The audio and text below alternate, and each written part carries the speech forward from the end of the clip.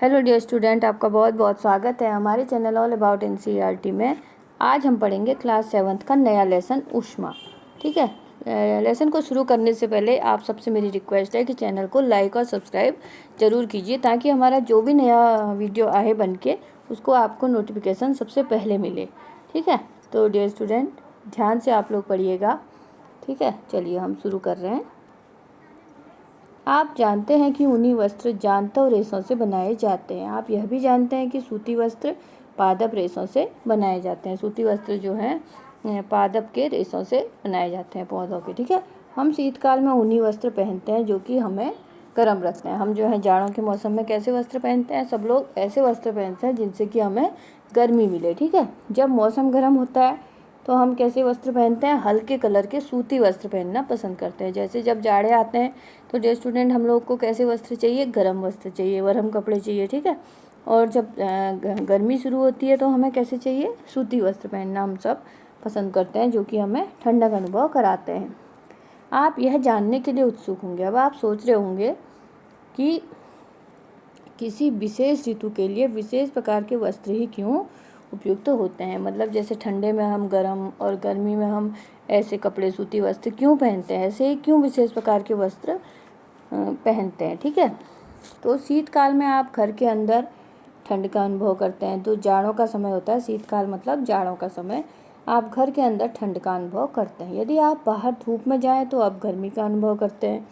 ग्रीष्मकाल में आप घर के अंदर भी गर्मी का अनुभव करते हैं। हम यह कैसे जान पाते हैं कि कोई वस्तु गर्म है या ठंडी? अब आपको ये पता लगाना है कि हम कैसे जान पाते हैं कि कौन सी वस्तु ठंडी है और कौन सी गर्मी। हम कैसे पता लगाते हैं कि कोई वस्तु कितनी गर्म है, कितनी ज़्यादा गर्म है और कितनी ठंडी है? इस अध्ययन में हम इसी प्रकार के प्रश्नों का उत्तर जानने का प्रयास करेंगे। ठीक है, चलिए सबसे पहले पढ़ते हैं 3.1 गर्म तथा ठंडा। गर्म और ठंडा होता क्या है? ठीक है, अपने दैनिक जीवन में हम अनेक वस्तुओं के संपर्क में आते हैं। इनमें से कुछ तो बहुत गर्म होती हैं और कुछ ठंडी होती हैं। ठीक है, चाय गर्म तथा बर्फ़ ठंडी होती है। अब हम लोग अपने दैनिक जीवन में कोई भी चीज़ों के संपर्क में आते हैं, जो कि कई चीज़ें उसमें से बहुत ठंडी होती हैं और कई चीज़ें उसमें से गर्म होती हैं। तो जो ठंडी चीज़ें होती हैं, जैसे चाय बहुत गर्म होती है और बर्फ़ बहुत ठंडी होती है। ठीक है, और सामान्य वस्तुओं की कुछ सूची दी गई। इस सूची में कुछ और नाम आपको खुद से जोड़ के लिखने हैं। इन वस्तुओं को गर्म और ठंडी के रूप में चिन्हित करिए। आपको दिया गया है, इसको आपने खुद अपने से करना है। हम देखते हैं कि कुछ वस्तुएं तो बहुत ही ठंडी हैं, जबकि कुछ वस्तुएं गर्म हैं। हम यह भी जानते हैं कि कुछ वस्तुएं दूसरी वस्तुओं की अपेक्षा अधिक गर्म होती हैं। ठीक है, कुछ वस्तुएं दूसरी वस्तुओं की अपेक्षा अधिक गर्म है, जबकि कुछ वस्तुएं दूसरों की अपेक्षा अधिक ठंडी होती हैं। हम ये कैसे जान पाएंगे, कैसे ज्ञात करेंगे कि कोई वस्तु दूसरी वस्तु की अपेक्षा अधिक गर्म है? हम ये कैसे जान पाएंगे कौन सी वस्तु ज़्यादा गर्म है? इसका पता वस्तुओं को स्पर्श करके लगाते हैं। प्रायः हम देखते हैं कि उसको हाथ लगाते हैं, छूते हैं, देखते हैं कि कौन सी वस्तु ज़्यादा गर्म है। ठीक है, परंतु क्या हमारी स्पर्श इंद्रियाँ विश्वसनीय है? लेकिन क्या हम ये विश्वसनीय तरीका है कि ऐसे पता लगाने के लिए कि कौन सी गर्म है या ठंडी है? ठीक है, अब देखिए, आपको परामर्श दिया जाता है कि बहुत अधिक गर्म वस्तुओं को न छुएं। आपसे ये कहा जाता है कि बहुत अधिक गर्म वस्तुओं को छूना नहीं है। मोमबत्ती की ज्वाला अथवा स्टोव छूते समय सतर्क रहिए। आपसे कहते हैं ना घर में कि गैस के पास मत जाइए और छूइए मत, मोमबत्ती को मत छूना। ठीक है, क्योंकि वो बहुत गर्म होते हैं। अब देखिए, ये सूची आपको दी गई है गर्म और ठंडी वस्तुओं की। ठीक है, अब सबसे पहले देखिए आइसक्रीम लिखी है। आइसक्रीम कैसी है? ठंडी है, सब हर कोई जानता है। चाय के प्याले में रखी चम्मच, चाय के प्याले में जो चम्मच रखी जाएगी कैसी होगी? वो आपको लिखना है इसमें, गर्म ही होगी। ठीक है, फलों का रस कैसा होगा? ये ठंडा होगा। ठीक, तलने के लिए उपयुक्त किसी बर्तन की हत्थी तो वो ठंडी होगी। इस तरह से आपको इस सूची में भरना है। अब क्रियाकलाप 3.1। अब देखिए 3.1 में कैसे दिखा रखा है आपको। 3.1 में देखिए 3 पात्रों में पानी के ताप का अनुभव करना बताया। ये देखिए एक पात्र ये रखा है, ये तो बिल्कुल ठंडा होगा। फिर ये दूसरा रखा है, थोड़ा गर्म होगा, ये बहुत गर्म होगा। इस तरह से दिखाया गया है। ए बी सी नामांकित कीजिए। पात्र ए में कैसा पानी है? ठंडा पानी है। पात्र बी में गर्म लीजिए और सी में गर्म पानी मिलाकर सी में डालिए, ठंडा और गर्म। तब अपने बाएं हाथ वाम को पात्र ए में तथा दाहिने हाथ को बी में डालिए। दोनों हाथों को कह रहा है, एक को ए में डालो, एक को बी में डालो। तो आपको कैसे पता चलेगा? दोनों हाथों को 2-3 मिनट तक पात्र में डूबे रहने दीजिए। अब कह रहे हैं कि दोनों हाथों को 2-3 मिनट तक उसी बर्तन के अंदर डुबाए रखना है। अब दोनों हाथों को एक साथ पात्र सी में डुबाइए। उसके बाद दोनों हाथों को आपको एक साथ पात्र नंबर सी, जो मतलब तीसरा बर्तन में आपने पानी रखा है, उसमें डुबा देना है। क्या आपको दोनों हाथों का अनुभव एक जैसा होता है? अब आपको ये देखना है कि क्या आपको दोनों हाथों में बराबर तापमान लग रहा है। पानी इतना गर्म न हो कि आपका हाथ जल जाए। जब आप ये प्रैक्टिकल कर रहे हैं, घर में कर सकते हैं, तो आपको ये भी ध्यान रखना है कि पानी बहुत ज़्यादा गर्म आपको नहीं लेना है, ठीक। बूझो क्या कहता है? बूझो कहता है कि मेरा बायां हाथ कहता है कि मग सी में पानी गर्म है। वो कहता है कि मेरे को बायां हाथ से तो ऐसा लग रहा है कि मग सी में गर्म पाती है, लेकिन दाहिना हाथ उसी पानी को ठंडा बताता है। अब मैं क्या निष्कर्ष निकालूं? वो कह रहा है कि मुझे बायां हाथ तो लग रहा है कि वो गर्म है और दाएं हाथ से लग रहा है कि ये पानी ठंडा है। बूझो की उलझन यह दर्शाती है कि निश्चय करने के लिए कि कोई वस्तु गर्म है या कोई वस्तु ठंडी है, हम अपनी स्पर्श इंद्रिय पर विश्वास नहीं कर सकते। यह हमें कभी कभी धोखा भी दे सकती है। तो बूझो कि उलझन से हमको समझ में आ रहा है कि केवल हम हाथ द्वारा छूकर यह अंदाज नहीं लगा सकते कि कौन सी वस्तु ज़्यादा गर्म है और कौन सी वस्तु ठंडी है, ठीक है। तो हम यह कैसे ज्ञात कर सकते हैं? अब आप सोचोगे कि आखिर हम ज्ञात कैसे करें कि कोई वस्तु वास्तव में कितनी ज़्यादा गर्म है? कैसे पता लगाएंगे आप? किसी वस्तु की उष्णता की विश्वसनीयता माप उसके ताप से की जाती है। किसी वस्तु की उष्णता मतलब कोई भी चीज़ की अगर गर्मी है या उसकी उष्णता, हम उसकी किसी विश्वसनीय तरीके की माप से कर सकते हैं। ताप नापने के लिए उपयोग की जाने वाली युक्ति को ही तापमापी या थर्मामीटर कहते हैं। तो जिससे हम ये तापमान नाप सकते हैं, उस युक्ति को क्या कहा जाता है? थर्मामीटर कहते हैं, ठीक है। थर्मामीटर आप सब के घरों में होता है। सब लोग बुखार नापते हैं, अपना टेम्परेचर नापते हैं, तो किससे नापते हैं? थर्मामीटर से नापते हैं, है ना। चलिए अब देखते हैं हम इसका 3.2 ताप मापन, ठीक है। ताप मापन कैसे किया जाता है? क्या आपने कोई तापमापी देखी है? तापमापी मतलब थर्मामीटर आपने देखा है, ऑब्वियसली सभी ने देखा होगा। याद कीजिए, जब कभी आपको या आपके परिवार के किसी व्यक्ति को बुखार चढ़ा था तो टेम्परेचर का थर्मामीटर से ही नापा गया था। किसी भी व्यक्ति को घर में अक्सर बुखार हो जाता है तो हम लोग किसका यूज करते हैं? थर्मामीटर का यूज करते हैं। तो हर बच्चा जानता है, जिस तापमापी से हम अपने शरीर के ताप को नापते हैं उसे क्या कहते हैं? डॉक्टरी थर्मामीटर कहते हैं। किसी थर्मामीटर को अपने हाथ से पकड़िए तथा इसका ध्यानपूर्वक परीक्षण कीजिए। अब आप एक थर्मामीटर लीजिए और उसको हाथ में पकड़िए और ध्यान से देखिए। यदि आपके पास थर्मामीटर नहीं है तो अपने दोस्त का भी देख सकते हैं। डॉक्टरी थर्मामीटर चित्र 3.2 के अनुसार दिखाई देता है, ठीक है।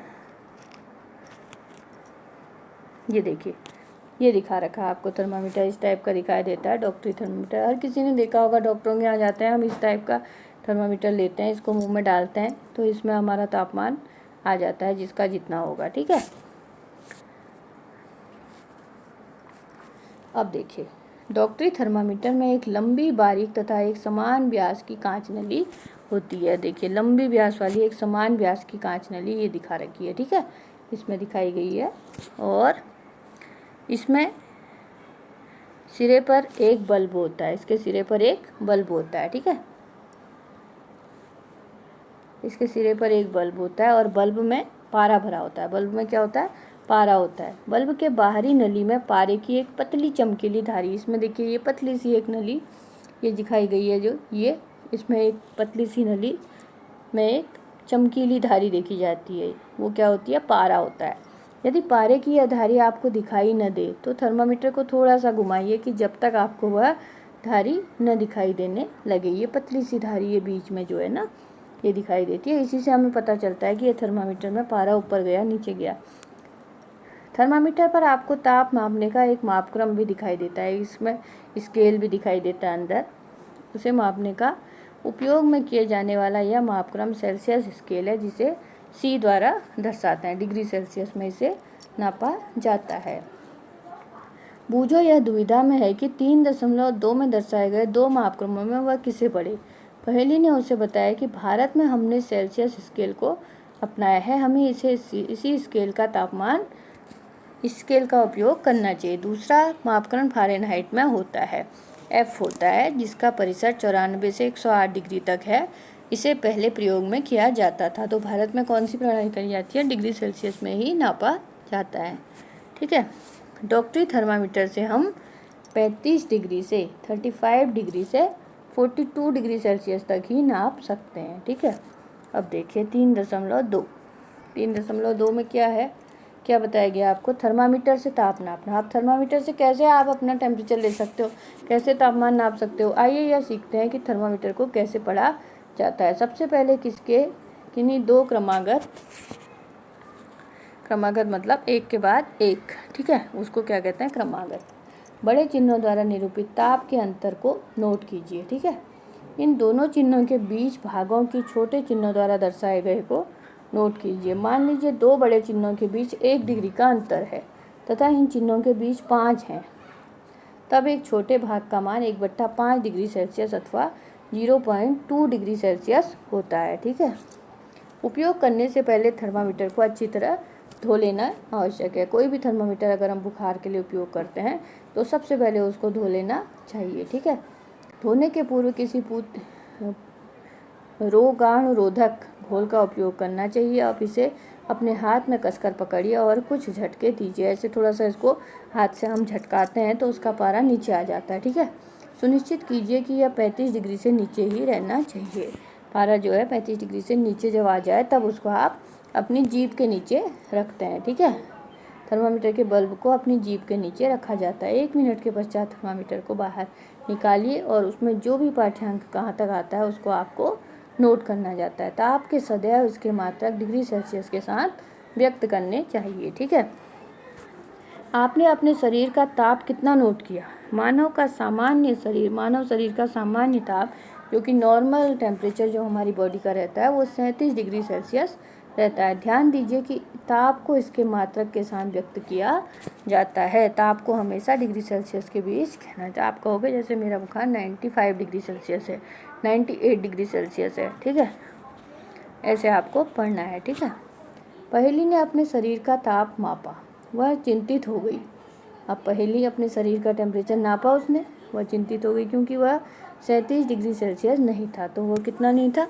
37 डिग्री सेल्सियस नहीं था, तो वो जो है चिंतित हो गई। आइए पहेली को विश्वास दिलाएं कि उसके साथ कोई समस्या नहीं है। वो कहते हैं कि चलो पहेली को बताते हैं कि उसके साथ कोई समस्या नहीं है। डॉक्टरी थर्मामीटर की सहायता से कुछ अपने मित्रों का कम से कम 10 के शरीर का तापमान है। 10 दोस्तों को लो और उनका तापमान आपको नापना है। ठीक है।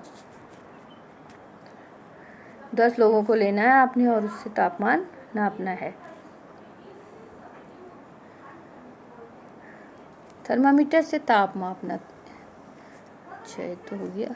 डॉक्टरी थर्मामीटर उपयोग करने के लिए आवश्यक सावधानियाँ। क्या सावधानियाँ हमने रखनी चाहिए? थर्मामीटर को उपयोग करने से पहले धो लेना चाहिए। ठीक है। ये तो आप सब जानते हैं। धोने के लिए किसी एंटीसेप्टिक घोल का उपयोग किया जाता है या पूतिरोधी भी कहते हैं इसे। सुनिश्चित कीजिए कि उपयोग से पहले पारा जो है 35 डिग्री से नीचे हो। उसको थोड़ा सा झटका के पारा नीचे कर लेते हैं। थर्मामीटर का पढ़ते समय पारे का तल दृष्टि रेखा की सीध में होना चाहिए। ठीक है। थर्मामीटर का सावधानीपूर्वक उपयोग कीजिए। किसी कठोर वस्तु से टकराने पर यह टूट भी सकता है। थर्मामीटर को हमें बहुत ही सावधानी से पकड़ना पड़ता है क्योंकि जरा सी भी ठोकर लगने में यह टूट सकता है। थर्मामीटर का उपयोग करते समय इसे बल्ब से नहीं पकड़ना चाहिए। इसको बल्ब से नहीं पकड़ा जाता है, जबकि जो लंबी सी नली कांच की होती है उसके द्वारा इसे पकड़ना चाहिए। ठीक है। देखिए इसने पकड़ के दिखाया है इस तरीके से। जिस तरीके से ये लड़की ने पकड़ा है इस तरीके से हमें इसको थर्मामीटर को इस तरीके से पकड़ना चाहिए, जैसे कि इसने पकड़ के दिखा रखा है। ठीक है। अब इसमें आपको कुछ विद्यार्थियों के अपने साथ के 10 लोगों का आप झुंड बनाइए और उसमें सबका टेम्परेचर लीजिए और उसको नोट कीजिए, तो आपके समझ में ये आ जाएगा। ठीक है। प्रत्येक विद्यार्थी का शरीर का ताप 37 डिग्री सेल्सियस है। अब नोट करो, यह आवश्यक नहीं कि प्रत्येक व्यक्ति का तापमान 37 डिग्री ही हो। अब ये भी जरूरी नहीं है कि प्रत्येक आदमी का तापमान 37 डिग्री सेल्सियस हो। कुछ का अधिक हो सकता है, कुछ का कम हो सकता है। वास्तव में जिसे हम सामान्य टेम्परेचर कहते हैं या नॉर्मल ताप जिसे कहते हैं, वह स्वस्थ व्यक्तियों के विशाल समूह के शरीर का औसत ताप है, तो वो है स्वस्थ व्यक्तियों के औसत शरीर का ज़्यादातर ताप इतना ही होता है। ठीक है। अब बूझो के मस्तिष्क में एक नटखट विचार आया, वह डॉक्टरी थर्मामीटर से गर्म दूध का ताप मापना चाहता है। अब बूझो क्या सोच रहा है, चलो मनुष्य का टेम्परेचर तो नाप लिया हमने, अब वो सोच रहा है कि हम गर्म दूध का भी तापमान ले लेते हैं इससे। लेकिन पहेली ने उसको ऐसा करने से रोक दिया। पहेली ने क्यों रोका, आप देखें। डॉक्टरी चेतावनी क्या है। डॉक्टरी थर्मामीटर का उपयोग केवल मानव शरीर का ताप नापने को छोड़कर किसी वस्तु का ताप मापने के लिए मत कीजिए। तो जो डॉक्टरी थर्मामीटर है उसका प्रयोग केवल मनुष्य का टेम्परेचर नापने के लिए ही किया जाता है। ठीक है। केवल मानव का टेम्परेचर ही उसमें नोट किया जाता है। ठीक है। चलिए अब आगे बढ़ते हैं हम। डॉक्टरी थर्मामीटर को केवल मानव शरीर का ताप मापने के लिए ही डिजाइन किया गया है। मानव शरीर का ताप सामान्यतः 35 डिग्री सेल्सियस के कम तथा 42 डिग्री सेल्सियस से अधिक नहीं होना चाहिए। यही कारण है कि थर्मामीटर का परिसर 35 डिग्री सेल्सियस से 42 डिग्री सेल्सियस ही होता है। अब प्रयोगशाला तापमापी। अब आपको ये देखना है कि प्रयोगशाला तापमापी क्या होता है। Lab temperature. ठीक है। Lab thermometer. हम वस्तुओं के ताप कैसे नापते हैं, इसके लिए अन्य तापमापी काम में लाते हैं। ऐसा ही एक तापमापी प्रयोगशाला तापमापी। अब हम वस्तुओं के ताप को कैसे नापते हैं, ये तो हमारा मनुष्य का तापमान नापने के लिए प्रयोग करा हमने, क्या करा, टेम्परेचर, वो थर्मामीटर का यूज करा। अब देखना है प्रयोगशाला तापमापी क्या है। आपके अध्यापक इस तापमापी को आपको दिखाएंगे। ठीक है। इसे ध्यान से देखिए। इसके मापे जा सकने वाले अधिकतम तथा न्यूनतम ताप को नोट कीजिए। प्रयोगशाला तापमापी का परिसर प्रायः 10 डिग्री सेल्सियस से 110 डिग्री सेल्सियस तक होता है। -10 डिग्री सेल्सियस से 110 डिग्री सेल्सियस तक इसका तापमान होता है। जैसे आपने डॉक्टरी थर्मामीटर में किया था, ठीक उसी प्रकार इस तापमापी के द्वारा भी किसी छोटे भाग द्वारा दर्शाए जाने वाले ताप का ज्ञात कर सकते हैं। ठीक है। तापमापी द्वारा दर्शाए गए ताप को ठीक ठीक पढ़ने के लिए इसको ताप के इस मान की आवश्यकता होती है। विभिन्न प्रयोजनों के लिए विभिन्न प्रकार के तापमापी उपयुक्त किए जाते हैं। मौसम की रिपोर्ट में दिए गए अधिकतम तथा न्यूनतम तापों की जानकारी देने के लिए अधिकतम न्यूनतम तापमापी उपयोग किया जाता है। इस प्रकार मौसम का भी अधिकतम और न्यूनतम तापमान जानने के लिए भी अधिकतम न्यूनतम तापमापी का उपयोग किया जाता है। ठीक है।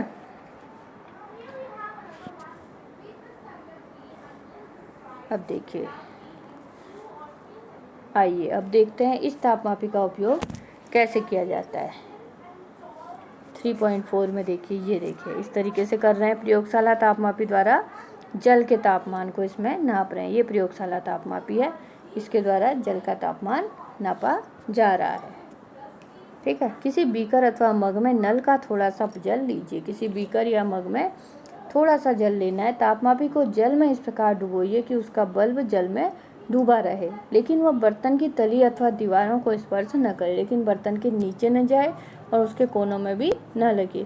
तापमापी को जल में ऊर्ध्वाधर रखते हुए इसमें पारे के तल की गति को देखिए। तब तक प्रतीक्षा कीजिए जब तक कि नली में पारे का तल स्थिर न हो जाए। अब ये पारा ऐसे ऊपर जाएगा, फिर नीचे जाएगा, यहाँ से ऊपर जाएगा, कभी नीचे आएगा, तो ये जब तक स्थिर न हो जाए इसको देखना है आपको। ठीक है। तापमापी का पाठ्यांक नोट कीजिए। जब वो स्थिर हो जाए तो आपको उसे नोट कर लेना है। इस समय जल का यही ताप है, वो सही बताएगा। ठीक है। कक्षा में विभिन्न विद्यार्थियों द्वारा मापे गए जल के ताप की तुलना कीजिए। क्या इन नापों में कुछ भिन्नताएं हैं?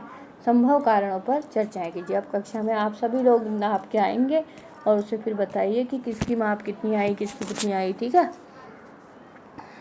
चलिए अब देखते हैं प्रयोगशाला तापमापी का उपयोग करते समय डॉक्टरी थर्मामीटर का पाठ्यांक लेते समय बरती जाने वाली सभी सावधानियों के अतिरिक्त निम्नलिखित सावधानी भी बरती जानी चाहिए। ठीक है। तापमापी को सबसे पहले तो ऊर्ध्वाधर रखना चाहिए, तिरछा नहीं करना चाहिए। तापमापी को हमेशा इस तरीके से हमें रखना है, नीचे को रखना है हमें ऐसे।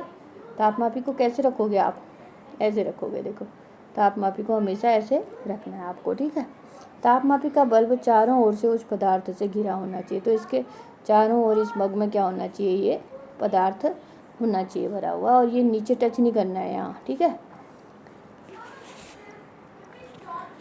बूझो को अब समझ में आ गया। बूझो के क्या समझ में आ गया कि उच्च तापों को मापने के लिए डॉक्टर थर्मामीटर का उपयोग क्यों नहीं करना चाहिए। आखिर बड़े तापमानों को नापने के लिए डॉक्टरी थर्मामीटर का उपयोग क्यों नहीं करना चाहिए, अब बूझो ये समझ चुका है। लेकिन अभी भी वह इस उलझन में है कि क्या प्रयोगशाला तापमापी द्वारा उसके शरीर का ताप भी ना, अब वो सोच रहा है कि पहले तो वो सोच रहा था कि अपने शरीर शरीर का ताप नापने वाले से भी हम और चीज़ें भी नाप सकते हैं। फिर अब वो सोच रहा है कि क्या हम प्रयोगशाला वाले तापमापी से भी अपने शरीर का तापमान नाप सकते हैं।